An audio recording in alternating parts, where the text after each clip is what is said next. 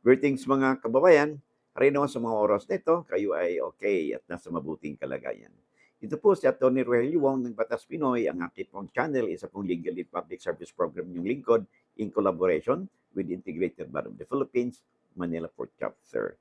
Ang ating topic po natin sa usaping ito ay kinalaman po sa sulat po sa atin ni Joelbert Orque. Okay, sabi niya dito, ah, nagpagawa daw sila nagkaroon daw ng bilihan, no? So ito yung sulat niya. Good morning po, attorney. Ask ko lang po. Ano po pwedeng gawin upang yung pinagbilhan ng lupa na barangay po ang kasulatan, tapos yung pinagbilhan ayaw pong ipa-deed of sale namin? Ah, alam po nakakaiba naman ito, no? It should be the the opposite, 'di ba? Normally kung ikaw yung buyer o pinagbilhan, 'di ba, mas nasa interest mo na dapat ayusin yung dokumento. O in the first place, hindi natin alam na kung ano ba yung contents nung bilihan ninyo sa barangay, no? Kasi, well, assuming na bilihan ng kasulatan nito, valid ba? Well, as between the two parties po, valid po yan, no? Especially kung wala naman pong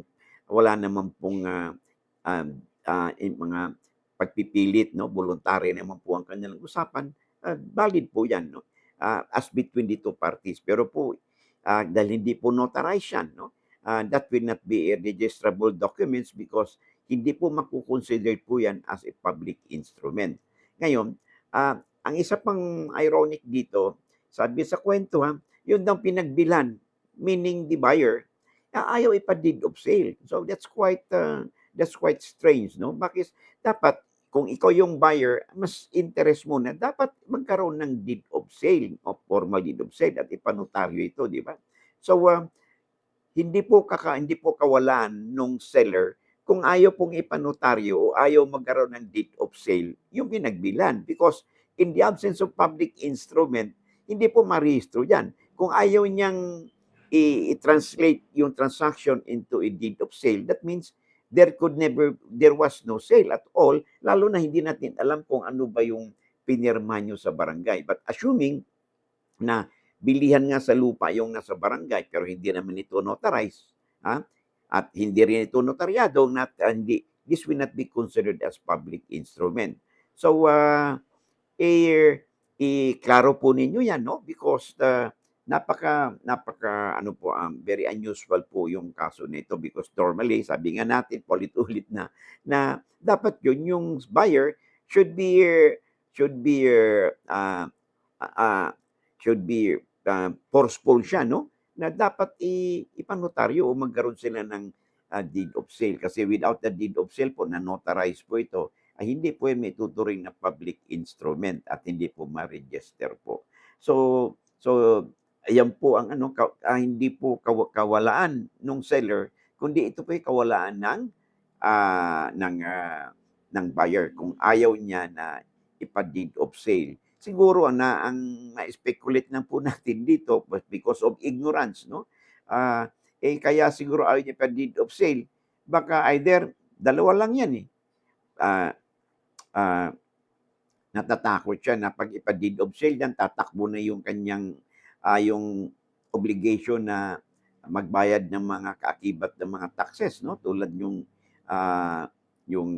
documentary stamp tax, capital gains tax. But kung tutusin, ang may obligasyon man ng pagbabayad ng capital gains tax, hindi ba si seller, no?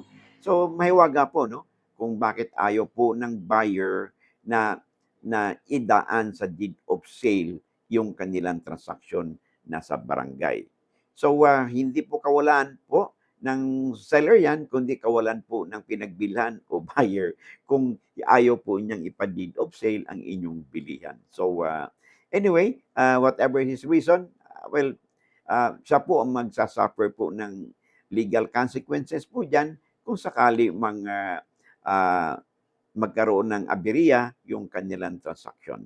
So I hope nasagot po natin, no, ang katanungan sa atin o concern po sa atin ng ating sender na si Joel Bert Orque. All right. So, okay, bago tayo magtapos, no, I would like to make use of this opportunity na pasalamatan po ang ating mga viewers po natin, mga followers po natin, subscribers po natin, both sa Facebook at saka sa YouTube, no? Na wala pong humpay na pagsuporta po sa atin, especially yung hindi nag-skip ng mga ads, no? Hindi palagi pong present sa mga videos po natin. They're everywhere po dito sa Pilipinas, sa Baguio, at saan po, no? Sa part dito po sa Pilipinas at ganun din po sa ibang bansa, no? Meron po sa USA, sa Canada, sa Montreal, sa Toronto, sa Quebec, sa Europe, sa Russia, and Israel, no?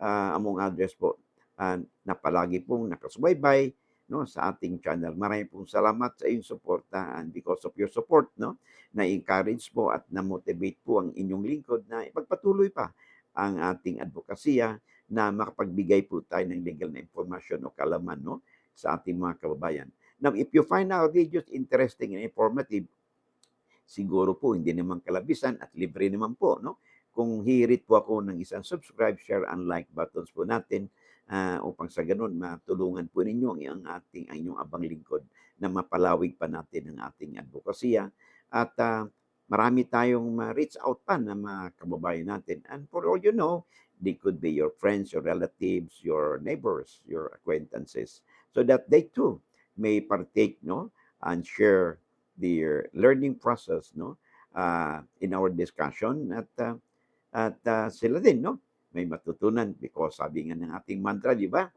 Lamang na ang may alam sa batas. And of course, huwag niyong kalimutan, no, paki-click po yung notification bell upang sa ganun, pag may mga video po tayo, may mga updates po tayo, you'll be duly notified at wala po kayong mamimiss na episodes.